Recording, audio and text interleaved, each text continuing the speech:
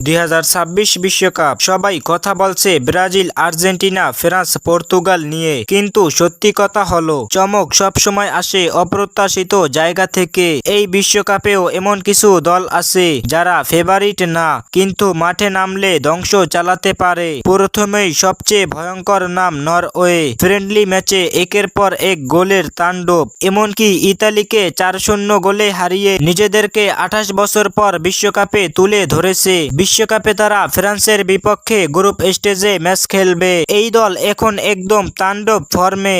Netherlands defence mid মানেই tactics, কিন্তু এবার তাদের খেলায় স্পিড আর অ্যাটাক দুটোই ভয়ঙ্কর। যে কোনো বড় দলকে মুহূর্তে চাপে ফেলতে পারে। জাপান এশিয়ার আতঙ্ক, ডিসিপ্লিন, গতি আর নিখুঁত পাসিং। জাপান এখন একদম মেশিনের মতো খেলে, একটা ভুল করলেই ওরা ম্যাচ কন্ট্রোল নিয়ে নেয়। ইকুয়েডর এই দলটা সবচেয়ে আন্ডার রেটেড। আর্জেন্টিনাকেও হারিয়েছে বেশ কয়েকবার একদম আত্মবিশ্বাস নিয়ে। স্পিড আর প্রেসিং, মিডফিল্ড আর ডিফেন্স, এই জিনিসে তারা অসাধারণ। কলম্বিয়ার অ্যাটাকিং ফুটবল দেখতে যেমন সুন্দর তেমনি কার্যকর। এই দলটা যদি ফর্মে থাকে ডিফেন্স ভেঙে ফেলতে সময় লাগে না। তুর্কি বিশ্বকাপের নতুন ফেভারিট।